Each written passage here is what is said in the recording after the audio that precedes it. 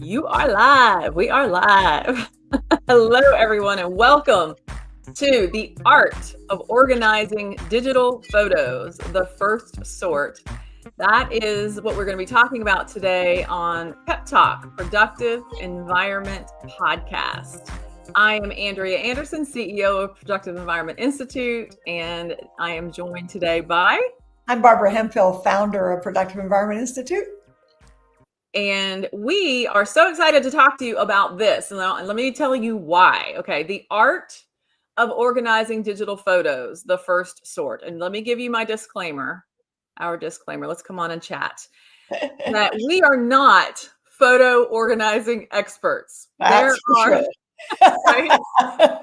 There are photo organizing experts out there for your physical photos, on your paper photos or whatever. I don't know what to call it, paper, but anyway, and also digital organizing photos. However, our principles for organizing paper and organizing email and organizing digital information in general absolutely apply to organizing digital photos and physical photos, but we're going to talk about digital photos today. And it is absolutely it is the top requested topic. Interestingly, when we're working with our clients in our SOAR program, and we're helping them organize their paper or their email or their digital computer information, and they always ask, can you teach us how to organize our photos? Can you do a workshop on photos? And so we finally just said, okay, we'll do it. So here we are. And we're going to talk to you about how the art of organizing that we teach for paper and digital and really anything in your life absolutely can apply to your photos. And you will leave today, even though this short 30-minute pep talk will leave you inspired and ready to take some action. You will actually be able to take some action based on what we teach. And Barbara and I are going to keep it really, really simple as we talk about this. So Barbara, do you want to share any of your thoughts on digital photos and your experience with clients before we jump into the what's next part? Yeah, absolutely. I want to start by saying that my experience with digital photos has been very limited because of the stage of life I'm in right now. And I want to say this at the outset, that my experience has been, because I've loved photos forever. I did photo books as a child, and so I've dealt with photos a lot. But I realized a few years ago that how you organize your photos really depends on who you're organizing for, because you're not actually organizing for yourself. You're organizing them because you want to show them to somebody. You don't just organize them so that you can go. You do, but more than that, it's because you want to be able to do something.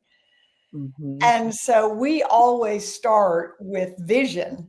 And so you're going to see that today. But yeah. I remember an experience I had probably, we moved in this house 29 years ago. So it would have been maybe 27 years ago. I had a box of slides, old-fashioned slides that we used to use from my trip when I was an exchange student in Salzburg, Austria. And they were beautiful. I remember my father bought me a very expensive camera. They were gorgeous pictures of Austria and lots of different things. And I was looking through them myself and realized that there was nobody else in the world who really cared about those. I mean, that they were beautiful photos, but they were mostly buildings and scenes and things like that. I mean, because I was taking them, so there were some people in them, but I'd long lost track with those people. And I pitched them. And it was hard. It really was hard. But I had to deal, one of our principles and one of our values is progress starts with the truth. And I think in order to organize anything, you have to first figure out what is the truth. And the truth is that photos are going to keep coming in. And like I said on the workshop we just did on paper, that it's so ironic that 47 years ago, I started helping people organize paper. And many people now have as much or more paper as they did then because they've added digital to it. So now they've got more information, I should say, because they still have paper, the paper that they haven't dealt with previously in many cases, even though they've moved digitally. And then I just talked to somebody yesterday who was so apologetic about, I really like my paper. It's like, if you like paper, who says it? What is it about it? Digital. So, but the same things happen with photographs. Think about, because I did help people organize their paper photographs years ago. Now with digital, we have thousands of times more than we did before. Yes. So I would say that your homework at the end of this call and before you proceed is to say, who am I organizing these for? And what stage of life am I in? Because whatever stage of life you're in is going to directly impact how you organize them. Yeah, that's such a good point. And just to keep in mind that, I mean, I have just as many photos as many of you. I mean, I've got them on my phone. I've got them on the computer. I have them on a different computer. So how many of you guys, if you're listening, go ahead and just feel free to comment in the chat. We love when you guys comment. Who has more photos than they know what to do with, and we just keep taking them. I mean, I have so many photos of my dogs on my phone. You wouldn't believe it. Dogs, sunrises, sunsets, and everything in between. And they're absolutely beautiful. And with social media, that's a good thing. Like, we're able to upload them. We take pictures and then we upload them on Facebook. So they're there, and those memories come back every year on Facebook, for example. But what am I going to do with those photos for the rest of my life, right? Like, is there a reason to keep them? And I'm going to talk about some ideas with that in just a minute. But right now, their photos are more than just data. They are memories, they're legacies, they're emotional touch points, right? It's more than just, oh, I have X number of photos on my phone. They mean something. And let me post Kathy's comment here, so it's in line with what we're talking about. Kathy Music, she said, it is so much easier to accumulate digital information because it doesn't feel heavy until you need to find something. That's right. That's right. As Barbara was talking about, we have more information coming to us than ever before. And so photos, they mean something to us. And Nancy says, lots of photos, digital in at least 5 places. Exactly. So what does that do? That can create stress. What if I lose these? What if my computer crashes? What if I lose my phone? What if they're not backed up? It can create guilt. I should be doing something with these. I should have these in an album. I should have them organized. And then, of course, there's decision fatigue. What should I do? I don't know what to do. I don't know which ones to keep. I don't know which ones, to toss. And then how to find the rest, how to find the ones that you do keep for whatever purpose. So we're going to talk about that in a second. And Tony is emphasizing what Kathy said, until you need to find one. Yeah, exactly. Until you need to find it, does it feel heavy at first until you need to go looking for something and then be able to find it. Penny says, digitized all of my slides and paper photos. Now need to organize digitized images. Okay, congratulations on what you have done. That is fantastic, Penny. And one example, because this is what we want you guys to be thinking about, is don't just think, oh, I want to go to a workshop about organizing my photos. Like, for what? Like Barbara said, I didn't even think about that. I just was thinking of for what. And Barbara says, think of for who as well. It's easier if you think about it. And then also, I want to insert something in here that's for, again, a homework thing, because before you start organizing, there's a lot of mental work that needs to be done. And one of those is the premise we use all the time, which is today's mail is tomorrow's pile. So you do not start organizing the old photographs necessarily until you figure out how to stop the problem. So you think about the next time you take a photo, we had 2 80-foot trees cleared from our property last week. And watching this guy scale up the trunk with his the mountain climbing things and all that and I took photos, I took videos of it. And it's like, I just took it randomly, but I didn't really think about why at the moment.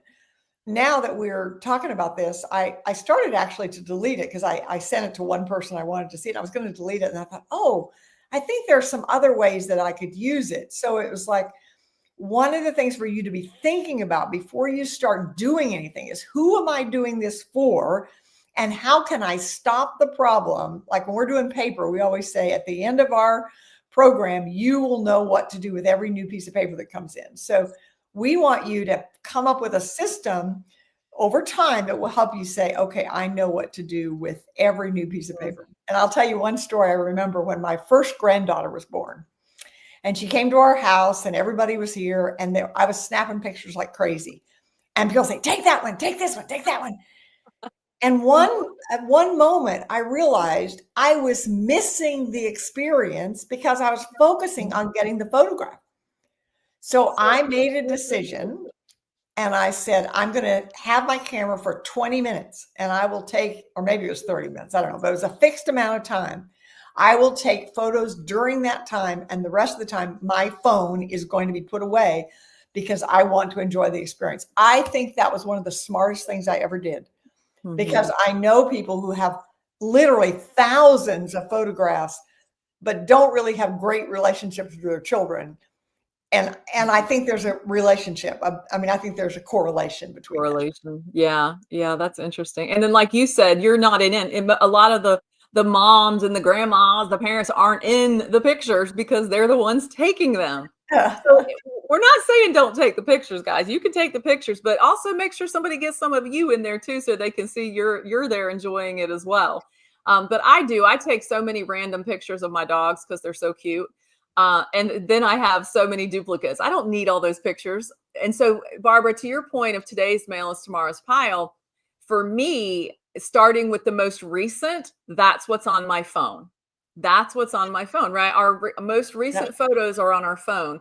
So you can take what we're talking about today and just apply it to your phone. And then we can move into the computer or computers that we might have things saved across. So just keep that in mind. You can be thinking about this with your phone. And of course, our principle, Barbara's principle, that clutter is postponed decisions, absolutely applies to photos. It's the same thing. I'm click, click, click, click, click, taking pictures. And then I'm like, I don't know what I'm going to do with them. And then I just it ends up taking up a lot of space. All right. So we definitely want you to address the emotional side. Like, what do I want to, what's important to me, right? And then we're going to implement the art, okay? And we apply this to paper and digital, and we're going to apply it to pictures, photos. The art of organizing digital photos, ART, actually means two things for us in this context. ART is the first sort, which is action, reference, and toss. So you guys know, if you've been around us, you know that's how we apply to paper. Do I need to take action on this? Is it a paper document I need to sign? Whatever. Is it something I just need to keep for future reference, or can I toss it? Same thing can be applied to your photos. So if you get off this workshop today, don't do it now. We want you to pay attention. But when you get off the workshop today, get out your phone and just start looking. Don't feel overwhelmed by the thousands. If you have over thousands of photos, just say, let me look at the last 30 days. Let me just look at the last 30 days and ask yourself, are these photos that I want to do something with? Do I want to print them? Do I want to post them on social media? Oh, is this a really good one that I want to frame? Or is it something that I want to be part of a project?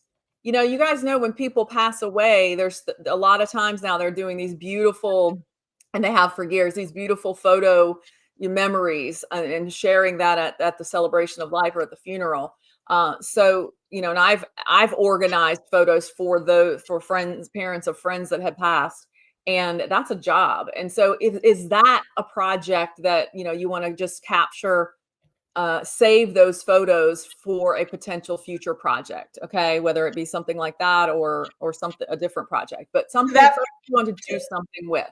Go ahead, To that Barbara. point, Andrea, I actually did that. My husband hates having his picture taken, so we don't have a lot of them. But I knew, I'm thinking, I don't know whether I'll be around to plan his funeral or not, but I have put together the pictures we have of him on a little photo stick for his kids, and I add it, and it's with our funeral planning stuff. And so when whoever plans the funeral, there's actually a stick in there, and I have to add to it. So, the step 5 in our 5 steps is sustain your success. Yeah. One of the areas where I have failed so far, and this class is a good reminder of it, we're always learning from what we teach. And I realized that I spent a significant amount of time putting that together probably a year ago. I haven't added anything to it. So part of step 5 is now I need to put a reminder in my scoreboard to update the step. That's right. Perfect. And that's great. And you'll have an opportunity to do, that's a perfect project for you to work on, Barbara, because we are going to be doing a workshop / challenge around this. So that's a perfect thing for you to say, okay, that's what I'm going to update the stick. Yep. My Buddy is dreaming. I don't know if you can hear him. He's having this great dream, I guess. Oh, he heard me talking about him. So that's great. So guys, think about that. Something you would take action with, a project or something. And so you identify those would be actions. And then there may be photos, or there probably will be photos that you just want to keep, but you don't want to act on now. You don't need to act on them now. And I'll give you an example of my family. My mom, here, Mom, I'm going to share you on screen just for 2 seconds. Ready? Smile. Smile. Okay. So during COVID, my mom is one of 5. I'll take you off so you can relax. My mom is one of 5 siblings, and the 5 of them started meeting together. My uncle kind of took on the task of being the collector of all the photos. So they got photos from my grandmother's house and from each other. And then so I don't know what process he used to do it, but he organized a massive amount of photos, digitized them all, and organized them by year. So they started meeting. He didn't just do that and just have it. He didn't just have it, he didn't even just send it to everybody. I think he did send it, but they took it a step further. And during COVID, they started meeting every week. And to this day, they meet every other week, the 5 of them, the 5 siblings, and they go in order of the year. And so it's usually just them, but they'll reach out, like they reached out to me and said, oh, your graduation year is coming up. Do you want to join in? And then your wedding is up. Do you want to join in? And so this different grandchildren join in from time to time. That is a perfect example of an action. Like, I want to do something with these. He didn't just save them and then pass them on and everybody else just saved them. They're doing something with it. So that might be a good idea. Let me share. Idea. What a beautiful story. Yes. Let me share Tony real quick. Tony says, my aunt takes one good group photo of the family at Thanksgiving, and that's it. Oh, I love it. We take one good group photo during holidays on my parents' back porch. Nice to see the family group photos. Yeah. So that's kind of a thing, right? It keeps it simple and consistent. Fun to see years of the back porch photos. I love it. See, that's very intentional. That's very intentional. So as you're going through your photos, let's say it's on your phone, and you identify some you want to take action on, some you want to keep for future reference, and probably the majority of photos are going to toss. Maybe they just don't serve a purpose. I have 15 photos of Buddy in one day and 12 of Charlie. So I don't need all of those. So you're going to have duplicates. You're going to have blurry shots. You're going to have random screenshots on your phone. I bet you do right now. And so that's your toss. So action, photos you want to do something with. Reference, photos you want to keep but don't need to act on now. And toss, photos that don't serve a purpose, duplicates, blurry shots, random screenshots. Okay. And we want to help you make those decisions quickly. Right now, you're just identifying them. You're looking at them, but there are ways, depending on what platform, what phone, what computer you're using, on how to tag them either as action or reference, and then delete. Of course, we all know that big delete button. Make sure you know the delete button And make sure you know the undo button in case you accidentally delete something you didn't mean to do. Most important. Although But on your phone, on my iPhone, I often delete stuff because too much overwhelms me. So I use the delete a lot. But you've got 30 days if you change your that's mind. right. You can go back and get it. You can pull it out of the trash. Now, that is the art of organizing photos. So we start with the first sort, and we're going to do a workshop together where we're going to do that together, and we're going to talk about whatever platform you're on. If you sign up for our workshop, we're going to find out in advance, are you on a Mac? Are you on a PC? Are you on a Chromebook? Are you on an iPhone? Are you on a Galaxy or Android, and all of that? So we'll know and be able to help you define how to label those, how to sort them. That's the first sort. We don't have to be photo organizing experts to do that. Okay, so we're going to teach you that part, and then there are additional things that we're going to do together during the workshop. But beyond that, there are other resources we're going to introduce you to. We have a team of experts. We've got people in our SOAR program that are organizing experts as well. And we're going to make sure you have access to them. But doing this first part with us, doing the first sort, will save you a ton of time down the road with other services and other systems. Okay. Now, we talked about the art being action, reference, and toss. There are 3 other words that art stands for as it relates to photos. Okay. So once you've sorted, once we've done that first sort, our next goal is to make sure that those photos are accessible, right? So accessible, retrievable, and transferable. Accessible, easy to get to. They're not buried in a phone, a drive, or 5 different apps. So that's one thing we want to do, is make sure those photos are accessible. We want to make sure they are retrievable, okay? And that's what we are all about. A finding system, okay? Findable by folder. This is up to you, and it may vary depending on the topic of your photos, but they can be findable by folder. They could be findable by date. They could be findable by name, or they could be findable by tag. So Barbara, I may say, I just want all my 2025 photos together. And you may say, I want our family vacation photos together, and I want, you and Alfred's photos together, and your church photos together. It doesn't matter. You can, it's just like when you're doing your paper files, it's the same way, that there's no right or wrong about the way to organize it. But I think that goes back to my original question about, why are you doing this? What is it that you want to do it for, and what's most important? And the other thing, I think, before the workshop, the one thing that I would encourage people to do is, what is the project? What is it that I'm aiming for in this? Because I can't work on all of them. So that's right. Pick one. Are you going to start with your phone, for example, which I think would be, a good idea. So figuring out what the result is that you want out of that 3-day challenge we always say, start with your vision. So that's exactly. Start with your vision. Barbara just gave it away. We are doing a 3-day workshop or 3-day challenge for the photos this time. We're not going to just do 1 day. We're going to now. It's not 3 full days. Okay, don't worry. Yeah. An hour a day together, and then you'll have an opportunity to continue working with some of our team members to actually learn the process, start the process of naming and tagging and all of that together. Nancy says, yikes. Yeah. But it's going to, like I said, an hour a day. It's just a little snapshot.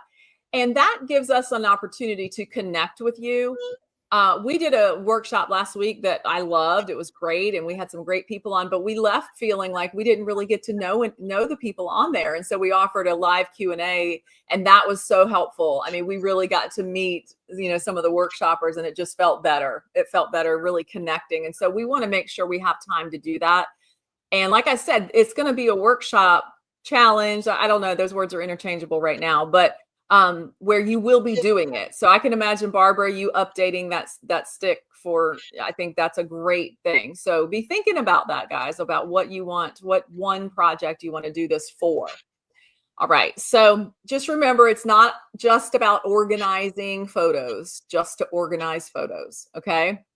It's about being able to use your photos to tell your story or honor your loved ones. Okay. So we are going to talk about some PEI principles, and Barbara hit on it already a little bit. So before you start sorting photos, pause and connect emotionally. So again, you may come across photos that have no emotional connection whatsoever. You can delete them probably. But this is especially important when you're dealing with photos of loved ones who have passed away, seasons of life that you haven't processed, and possibly family tension or grief. How many of you guys see Facebook brings up these Facebook memories every year, and it's like sometimes it's like a gut punch. Some of the photos that you see, it's like, oh, I actually most of the time it's, oh yay, look what we were doing, or oh wow, look how much we've changed, or oh this was neat. But there are times that that's painful, seeing some of those memories. So this can be an emotional process. And one of the new, it's kind of a defined term. It's a definition for something Barbara and I already do anyway, and we just never had a term for it. And it is connection before correction. And what that means is we don't just start with the system, we start with you. Okay. So, we ask, why do these photos matter? What story are you telling? So, for example, the way Barbara and I's style is that we would start the workshop and I would immediately start telling you how to sort. I would say, okay, action, reference, toss, da, da, da, da, da, da, da, da. And Barbara would start, if Barbara was leading the workshop, she would start with, what do these photos mean to you? How do you feel about them? Why are you still holding on to them? How does that feel? So it's connection before correction. Okay. So that's just something that will be a theme throughout our working together on, especially on this project. All right. And Barbara, you said that people don't resist organizing because they're lazy. They resist because it's emotional. You bring that up a lot. Well, if you think about it, the premise of what I've done over 4 years is that clutters postpone decisions. Excuse me. And what prevents us from making the decisions is the emotion. So every workshop we do, without exception, is teaching you more than what you're learning on the workshop, because it's teaching you decision making. Yes. And decision making applies to every aspect of your life. I mean, one of the things I struggle with is decision. What am I going to fix for supper tonight? I mean, that's a decision every day. And figuring out how to deal with that. And one last thing I want to say about maybe something to think about in the future around photos is, how many of them can I get rid of, even not create, or get rid of quickly? And a good example is to think about when. One of the things I always clear up photos is when I'm on an airplane, because I can hit I mean, it's kind of it's an easy thing to do and whatever, and I can delete. But, I asked somebody one time about, he kept collecting the gas receipts from the gas pump. And I said, why? He was like, oh, not really. But I mean, he had hundreds of them. Well, we are that way with photographs. We create hundreds of them, but we don't have a system in place to make the decision about getting rid of them. So that's also part of this, is stopping some of what's coming in. When we're talking about mail, we always say, do what you can to stop the junk mail, or put the junk mail in the garbage. And I put mine I get it out of the mailbox and it goes into the recycle bin in the garage before it even comes in the house. So you can do that with photographs. So the principles that we teach apply across the board. It doesn't matter whether it's paper or digital or photographs. That's right.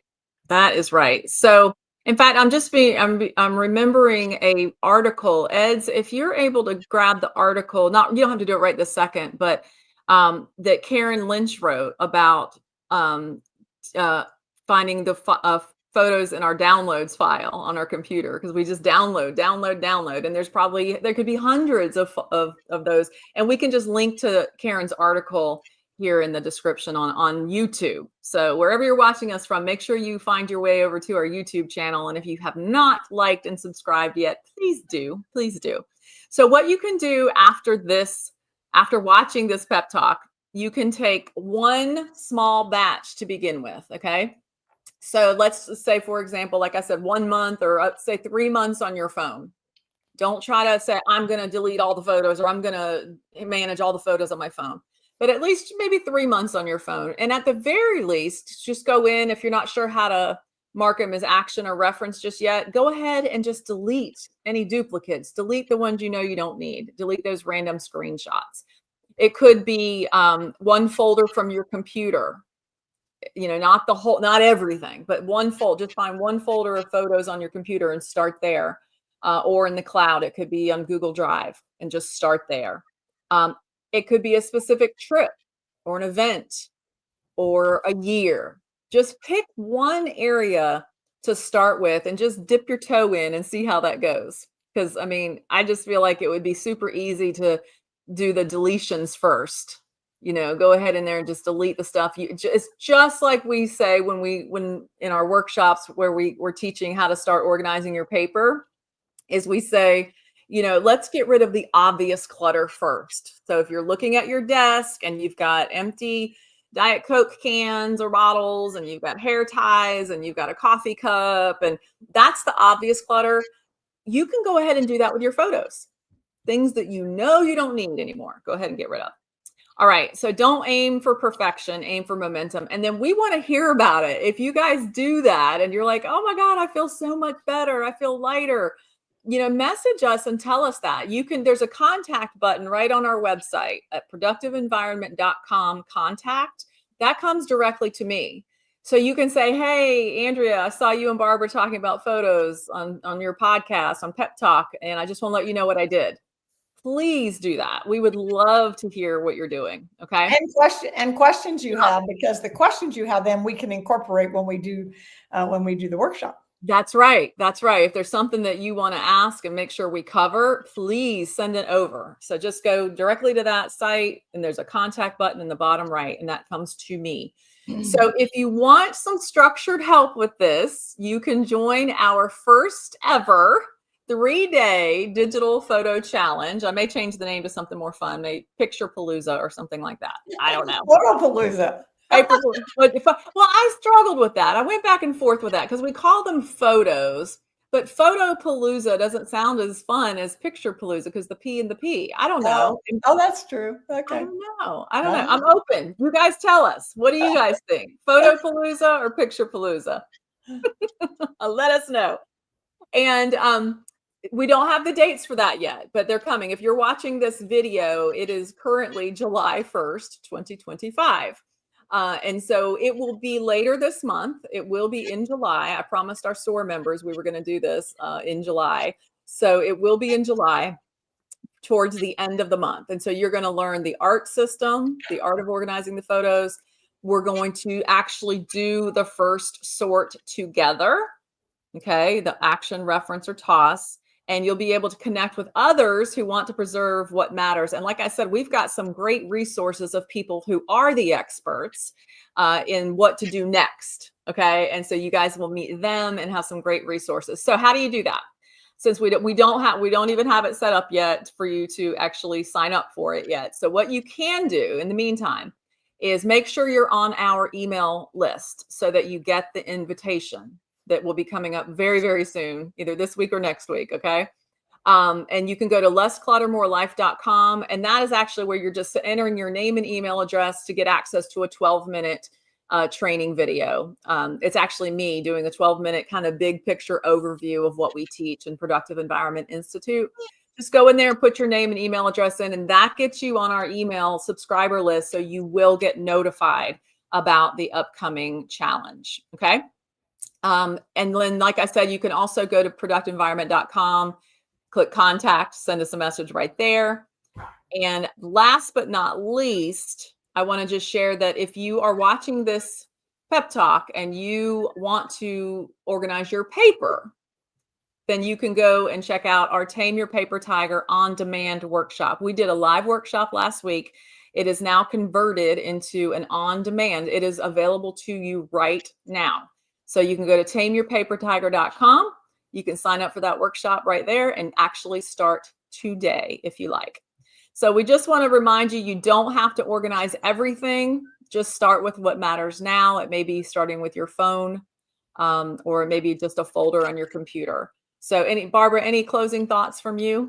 I think you've covered it, Andrea. I'm so excited about this opportunity. I'll be looking forward to doing it myself. I know, me too. I'm excited. Okay. Like, subscribe, share, and we'll see you guys on the next Pep Talk. Thanks for joining us.